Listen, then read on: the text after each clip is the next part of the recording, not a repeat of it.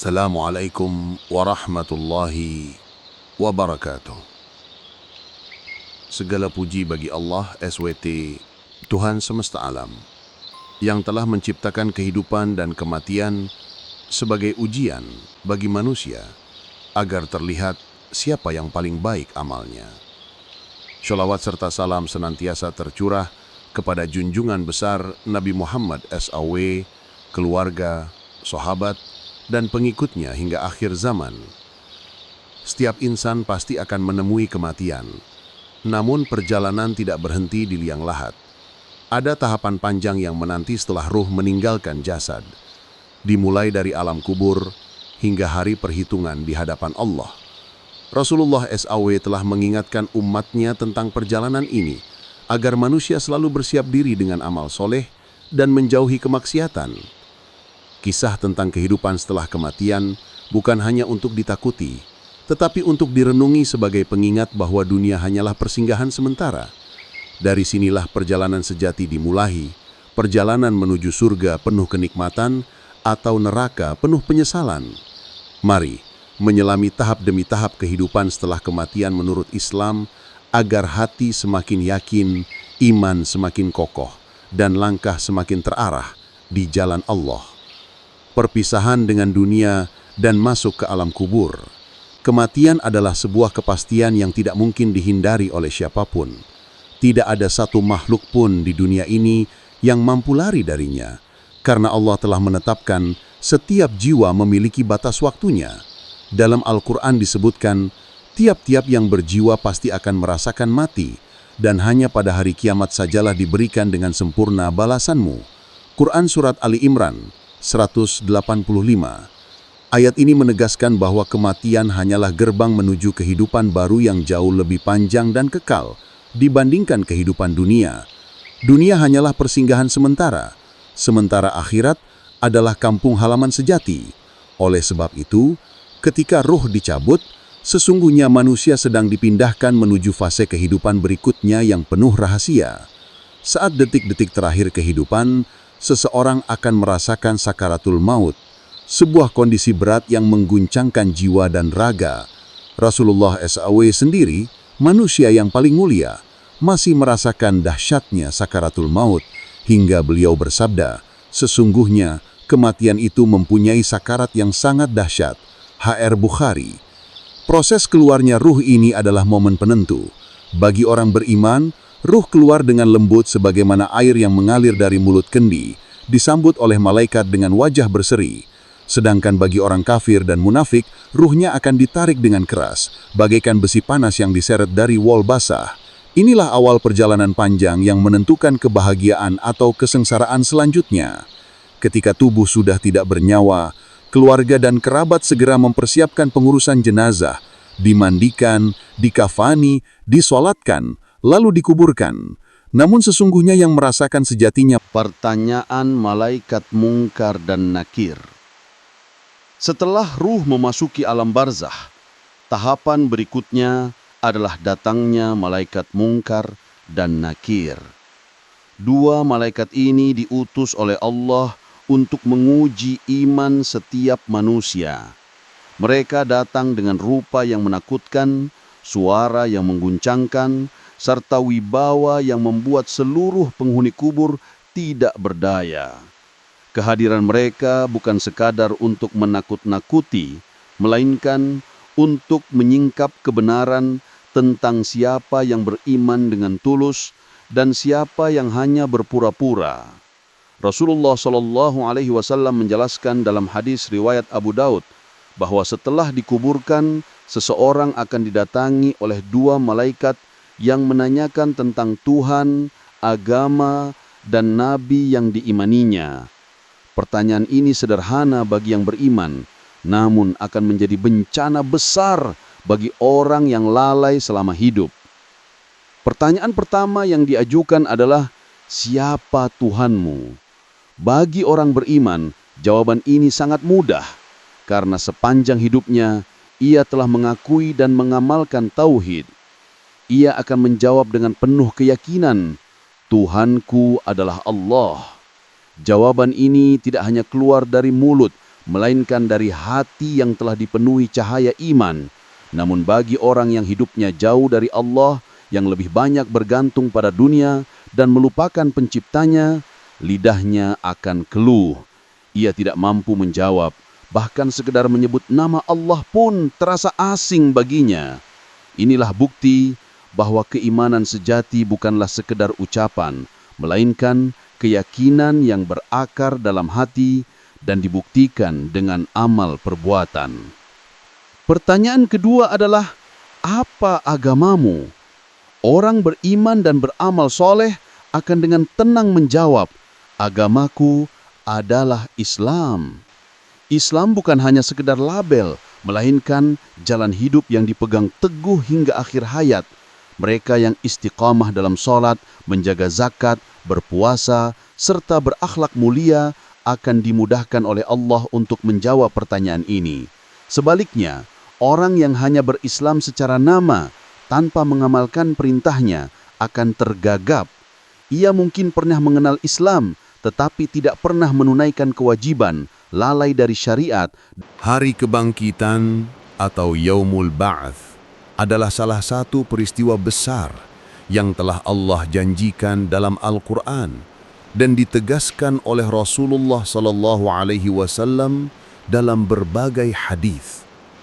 Inilah hari ketika seluruh manusia dari generasi pertama hingga terakhir dibangkitkan kembali dari kubur untuk menghadapi perhitungan amal.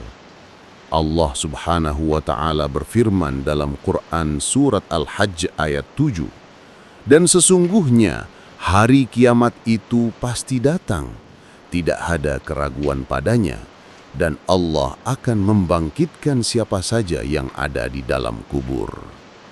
Ayat ini menegaskan kepastian kebangkitan, meskipun banyak manusia yang meragukannya.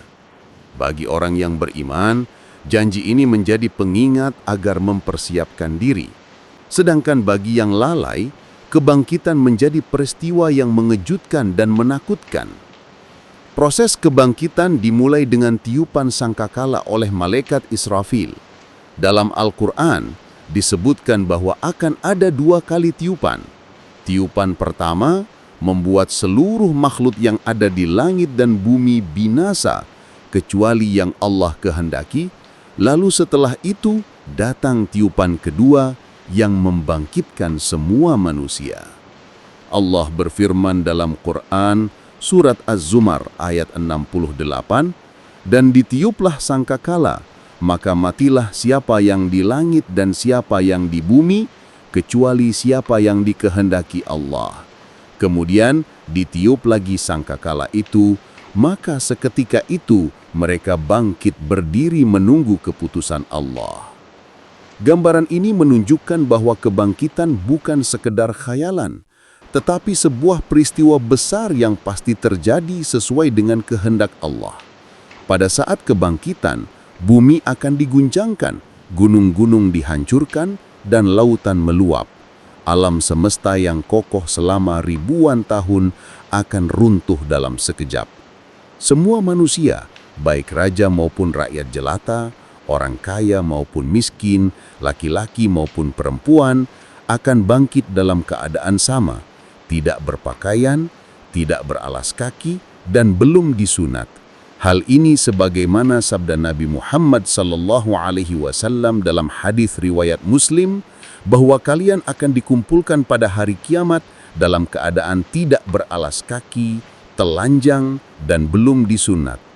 Gambaran ini menegaskan bahwa tidak ada yang bisa dibanggakan, tidak ada status duniawi yang tersisa, karena setiap orang akan kembali kepada Allah dengan kondisi yang sama, hanya membawa amal masing-masing. Ketika bangkit dari kubur, manusia berada dalam keadaan penuh kebingungan. Mereka padang mahsyar dan penimbangan amal. Setelah kebangkitan dari kubur, manusia digiring menuju suatu tempat yang sangat luas dan datar, yaitu padang mahsyar. Disinilah seluruh makhluk berkumpul sejak zaman Nabi Adam hingga manusia terakhir yang hidup di dunia. Tidak ada pepohonan, tidak ada bangunan, hanya hamparan luas tanpa batas. Dalam Quran Surat Ibrahim ayat 48, Allah SWT menggambarkan keadaan ini. Dan ingatlah, pada hari di mana bumi diganti dengan bumi yang lain, demikian pula langit, dan mereka semua berkumpul menghadap Allah yang Maha Esa lagi Maha Perkasa. Padang Mahsyar menjadi tempat pertemuan agung seluruh umat manusia, jin, dan bahkan hewan menunggu keputusan akhir dari Sang Pencipta. Keadaan di Padang Mahsyar amat menakutkan. Matahari didekatkan hingga hanya sejauh 1 mil. Panasnya membuat manusia diliputi keringat yang bercucuran sesuai kadar amal dan dosanya. Sebagaimana sabda Rasulullah SAW dalam hadis riwayat Muslim, sebagian manusia akan tenggelam dalam keringat mereka sendiri. Ada yang hanya sampai mata kaki, ada yang sampai lutut, ada yang sampai dada, bahkan ada yang tenggelam sepenuhnya. Gambaran ini menunjukkan bahwa setiap amal perbuatan akan memberikan dampak nyata pada keadaan seseorang di Padang Mahsyar. Sementara itu, bagi orang beriman yang ikhlas, Allah berikan ketenangan berupa naungan arsy-Nya ketika tidak ada lagi naungan selain naungan tersebut. Pada saat inilah buku catatan amal diberikan kepada setiap manusia.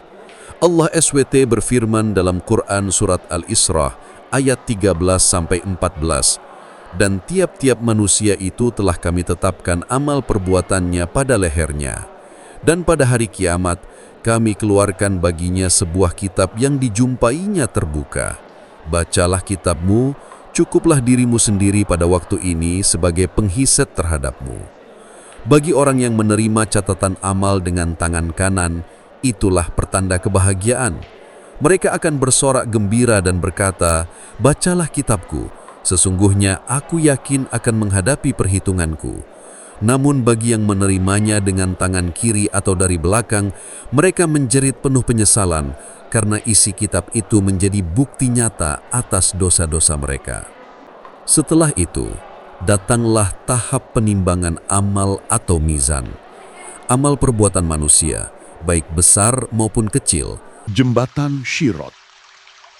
Setelah melewati penimbangan amal di Padang Mahsyar, tibalah manusia pada tahap berikutnya, yaitu melewati jembatan Syirat.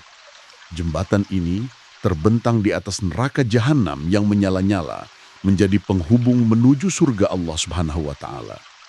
Dalam banyak riwayat disebutkan bahwa Syirat lebih halus dari sehelai rambut dan lebih tajam daripada pedang. Gambaran ini menunjukkan betapa sulit dan menakutkan perjalanan tersebut. Namun, setiap orang wajib melewatinya tanpa terkecuali. Rasulullah SAW bersabda dalam hadis riwayat Muslim, "Di atas neraka Jahannam terdapat jembatan yang licin, di dalamnya ada kait dan duri seperti duri pohon sa'dan yang panjang, yang akan mencabut siapapun yang Allah kehendaki." Hadis ini menegaskan bahwa Syirat bukanlah jalan biasa, melainkan ujian terakhir sebelum seseorang mencapai kebahagiaan abadi atau kesengsaraan yang tiada akhir. Ketika melewati Syirat, kecepatan seseorang berbeda-beda sesuai dengan kadar amalnya.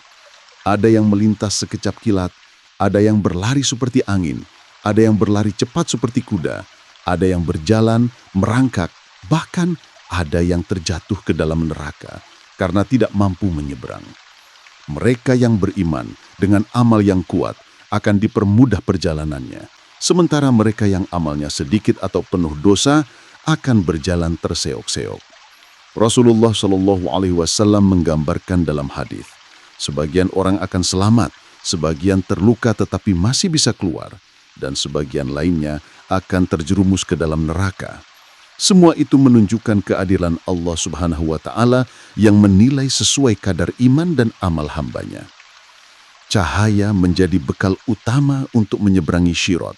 Dalam Quran Surat At-Tahrim ayat 8, Allah menggambarkan doa orang-orang beriman pada hari itu, "Ya Tuhan kami, sempurnakanlah bagi kami cahaya kami dan ampunilah kami. Sesungguhnya Engkau Maha Kuasa atas segala sesuatu." Cahaya ini adalah pantulan dari iman dan amal kebaikan selama hidup di dunia. Semakin kuat iman seseorang, semakin terang cahayanya, sehingga ia lebih mudah melewati jalan yang gelap gulita itu. Sebaliknya, orang munafik dan kafir akan ditinggalkan tanpa cahaya. Surga, tempat kebahagiaan abadi. Setelah melewati jembatan Sirat dengan selamat, tibalah manusia yang beriman di tujuan akhir yang penuh kebahagiaan, yaitu surga.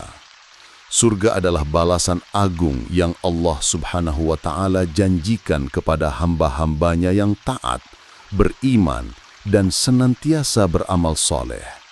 Dalam Al-Quran, surga digambarkan sebagai tempat yang di bawahnya mengalir sungai-sungai penuh kenikmatan yang tidak pernah terlihat oleh mata, tidak pernah terdengar oleh telinga, dan tidak pernah terlintas di hati manusia.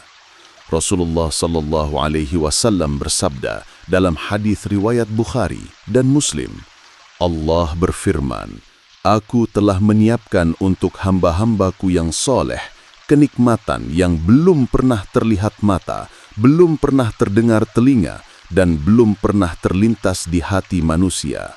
Gambaran ini menunjukkan bahwa surga adalah tempat kebahagiaan sejati yang melampaui segala imajinasi manusia. Surga terdiri dari berbagai tingkatan yang penuh keindahan. Tingkatan tertinggi adalah Jannatul Firdaus, yang menjadi tempat bagi orang-orang yang paling dekat dengan Allah Subhanahu wa Ta'ala. Di dalamnya terdapat istana-istana dari emas, mutiara, dan perhiasan yang tak terbayangkan keindahannya. Setiap penghuni surga akan menempati tingkatan sesuai dengan amal dan ketakwaan mereka di dunia. Mereka yang banyak berkorban di jalan Allah, menjaga sholat, berbuat baik kepada sesama, dan sabar menghadapi ujian akan mendapat tempat yang lebih tinggi. Hal ini ditegaskan dalam Quran Surah Al-Mu'minun ayat 11, yaitu orang-orang yang mewarisi surga Firdaus, mereka kekal di dalamnya. Kenikmatan surga tidak hanya berupa keindahan fisik, tetapi juga ketenangan hati dan kebahagiaan batin. Tidak ada lagi rasa takut, sedih, sakit, atau kesedihan yang sering menyelimuti kehidupan dunia. Penghuni surga hidup dalam kedamaian, penuh cinta, dan kasih sayang. Mereka akan berkumpul kembali dengan keluarga dan orang-orang tercinta yang beriman. Dalam Quran Surah Az-Zukhruf ayat 70, Allah Subhanahu wa Ta'ala berfirman, Masuklah kamu ke dalam surga, kamu dan istri-istrimu digembirakan. Ayat ini menunjukkan bahwa surga adalah tempat berkumpulnya orang-orang beriman dalam suasana bahagia yang tak pernah berakhir. Di dalam surga terdapat sungai-sungai yang indah, mengalir susu. Neraka, tempat penyesalan tanpa akhir. Jika surga adalah tempat penuh kedamaian dan kebahagiaan, maka neraka adalah kebalikan darinya, tempat penderitaan dan penyesalan tanpa akhir. Neraka menjadi balasan bagi mereka yang ingkar, mendustakan ayat-ayat Allah, serta hidup penuh kesombongan dan maksiat. Dalam Qiyas Al-Mulk ayat 6-7, Allah Subhanahu wa Ta'ala berfirman, Dan bagi orang-orang yang kafir kepada Tuhannya, azab Jahannam, dan itulah seburuk-buruk tempat kembali. Apabila mereka dilemparkan ke dalamnya, mereka mendengar suara neraka yang mengerikan, sedang neraka itu menggelegak. Ayat ini menggambarkan neraka sebagai tempat yang menakutkan, panas, dan penuh suara menggelegak yang menambah kengerian bagi penghuninya. Neraka memiliki tingkatan-tingkatan azab sesuai kadar dosa dan kekafiran seseorang. Ada neraka Jahannam, Saqar, Hutama, Sa'ir, Ladha, Wail, dan Hawiyah. Masing-masing memiliki bentuk siksa yang berbeda. Orang munafik disebutkan dalam Al-Quran akan ditempatkan pada tingkatan neraka yang paling bawah. Azabnya tidak pernah berhenti, tidak pernah berkurang, dan tidak ada jalan keluarnya. Bahkan dalam Qiyas An-Nisa ayat 56, Allah Subhanahu wa Ta'ala menjelaskan bahwa setiap kali kulit mereka hangus, kulit itu diganti dengan yang baru, agar mereka terus merasakan pedihnya azab. Gambaran ini menunjukkan bahwa neraka bukan sekedar simbol penderitaan, melainkan nyata dengan siksaan yang berulang tanpa henti. Panas api neraka tidak dapat dibandingkan dengan api di dunia. Rasulullah Shallallahu Alaihi Wasallam bersabda dalam hadis riwayat Tirmizi, "Api kalian yang dinyalakan oleh anak Adam adalah satu bagian dari 70 bagian panasnya api neraka. Api dunia yang paling panas pun hanyalah sepotong kecil dari panasnya neraka. Tidak ada seorang pun yang sanggup menahan panasnya, bahkan sedetik pun. Namun, orang-orang yang durhaka tetap dilemparkan ke dalamnya sebagai bentuk keadilan Allah atas kesombongan mereka yang menolak kebenaran." Azab neraka tidak hanya berupa api yang membakar, tetapi juga makanan dan minuman yang menyiksa. Dalam Qiyas Al-Ghasyiyah ayat 6-7 disebutkan, tidak ada makanan bagi mereka selain dari pohon yang berduri, yang tidak menggemukkan dan tidak pula menghilangkan lapar.